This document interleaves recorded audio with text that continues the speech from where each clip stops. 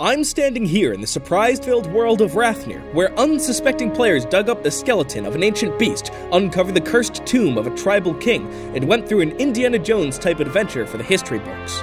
This is the story of brave archaeologists on the Stoneworks Minecraft server. I want you to join our server at the IP play.stoneworks.gg so you can explore Minecraft history for yourself. Don't forget to like and subscribe, or I will make sure future archaeologists are the first to find your remains. It all started with this ordinary player here, Kestra114, on a little beach peninsula in the desert nation of Alamein. She dug what she thought to be an innocuous mine, down the desert sandstone and rock until... A bone block down here? This piqued her interest, and she started digging around it, finding a large rib bone buried in the stone. Excited with her discovery, she called to her friends in chat, like Dragontooth Jones, Inferno Games, Yvain, Zenthic, and Endoros Cuddlecoy showed up to help her excavate. Like proper paleontologists, they carefully dug around the fossil, but a few minor cave-ins collapsed from above, so they set up support beams to keep everything intact. All was going well, and they just started to uncover the full find when one of them noticed that they felt a little sickly, cursed by a nearby bad and dangerous omen. But just then, a little bit of the ground in the dig site gave way. Here, there was a skull and some rudimentary cave paintings. Right next to it, they found an ancient, almost broken spear with unexplainable enchantments on it.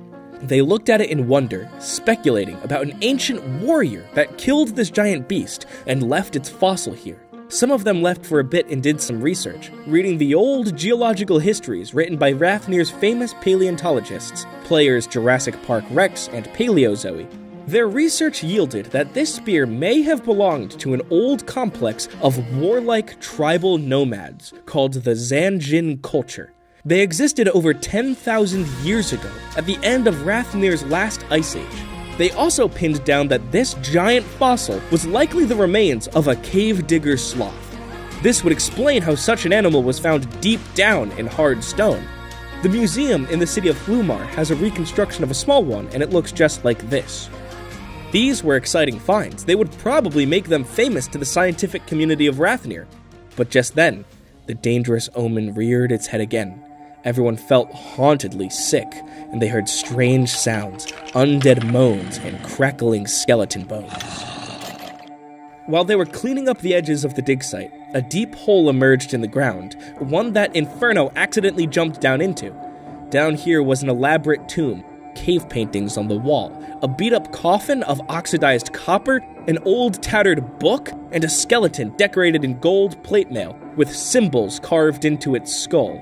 This must be the Zanjin warrior who owned that spear and killed the beast. As our brave scientists crowded down in this little burial chamber, they heard ominous noises of undead boars. They panicked. Dragontooth Jones went, "Go, go, go, get out of here!" And they fled back up to the fossil site. They speculated what this was and how dangerous it might be. Some thought that their minds were just going crazy. Others thought it was old magic. Others thought it was the work of ghosts and gods. So, they secured the entrance down to the burial chamber with iron bars and trapdoors. The message was clear. Something very old here was becoming very dangerous. But they braved going down there in little groups several more times, and some new scientists from outside came and joined them. The strange noises filled their ears once again, but they worked up their courage, and they opened up the coffin.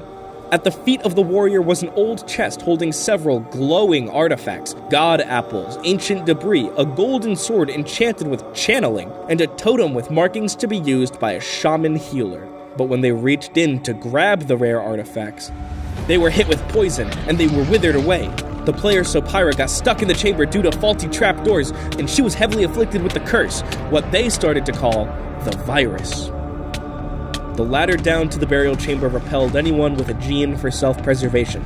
They built a little room with a warm fire, food, and potions to keep them safe, all while the old Zanjin warrior lay below. The chamber acted increasingly strangely, with flashing, purple bursts of light, undead enemies spawning above to harass them, and more scientists being plagued with the ghostly virus. But then, Dragontooth Jones had enough. He talked with the group, and they all agreed that they needed to kill the malevolent presence below. He grabbed his best armor and the old Zanjin spear, hoping that it would be imbued with something that could kill the ghost. They got doctors on site, and so Dragontooth Jones looked back at his colleagues, and as he thought of braving the dangers down there, his mind lingered on his wife. Should he be proven unable to beat the spirit, he asked his friends to tell his wife Bridget that he loved her. Dragon descended into the chamber. He told off the lifeless body beneath and began stabbing at its skull. The spirit shrieked and lashed out, blinding everyone nearby and striking Dragon with a powerful plague. He stood his ground as his life started fading away, but kept stabbing at the skull with all his strength. The players screamed for him to come back up, but he ignored them and kept fighting.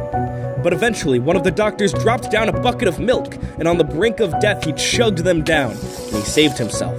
He then climbed back up the ladder, only to find his wife Bridget standing there, angry, with tears in her eyes. So, stabbing the corpse did not kill the spirit, but at least they knew now that the doctor's potions and milk cures worked against its attacks. A few times, people ventured back down there, trying to hit the spirit, talk to it, or look around its tomb, but it always ended up the same: violent illness and lots of pain. Dragontooth Jones and the others pondered over this, and he remembered something vital. The spirit only lashed out at first when they tried to open the chest and reach for its artifacts. So, he went down into the burial chamber. His wife Bridget followed right behind him, and he protested. He said, "Get back up there." But she refused and said if he's going down there, she's going down there. They sat in the chamber. First, he tried to strike at the body again with a massive netherite war scythe. But no luck. Only poison and wither effects again to be cured by the milk. After being down there for a while with his wife, he said, "You know what? Screw it."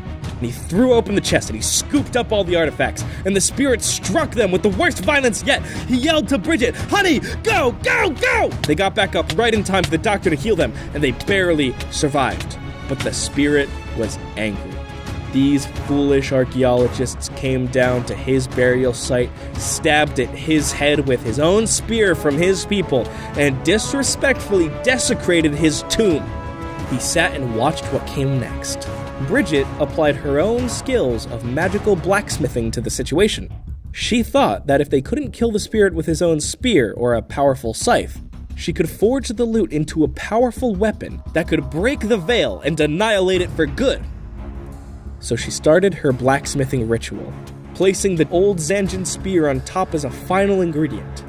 She awaited for the ritual to morph them all together when something invisible grabbed the spear. Unknown to her, the mighty spirit-killing weapon was, in fact, forged, but it wasn't presented to Bridget. The spirit of the Zanjin tribal king wielded it, and with a furious vengeance, he began the destruction of his tomb.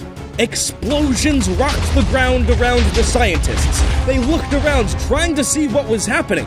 The quickest among them fled to the surface, but others were flung and dropped as the dig site collapsed. Fireballs snaked around. The safe room exploded from within. The entire dig site, the fossil, the tomb, the artifacts, the body, all detonated in a massive fireball. Only a giant crater was left.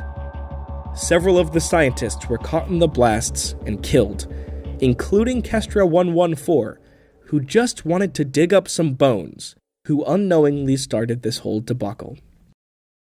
Dragontooth Jones and Bridget barely survived as they climbed up the waterfalls that filled the crater. But the discoveries were gone, destroyed by the warrior king who once killed the mighty beast. Such an event would become infamous in Rathnir's scientific community.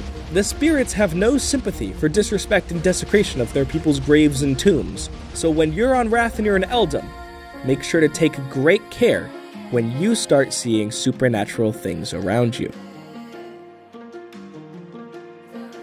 Luckily for you, we just started a brand new seasonal world, full of opportunity to make your own new nations, religions, and discoveries in Traymon's Season 1, The World of Akananda.